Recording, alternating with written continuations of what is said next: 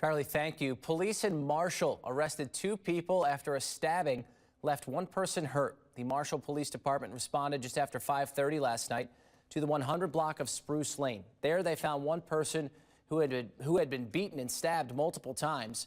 The victim was taken to the hospital and is expected to survive. Two people were arrested, one of them facing attempted homicide charges, another attempted homicide as party to a crime. Their names have not been released.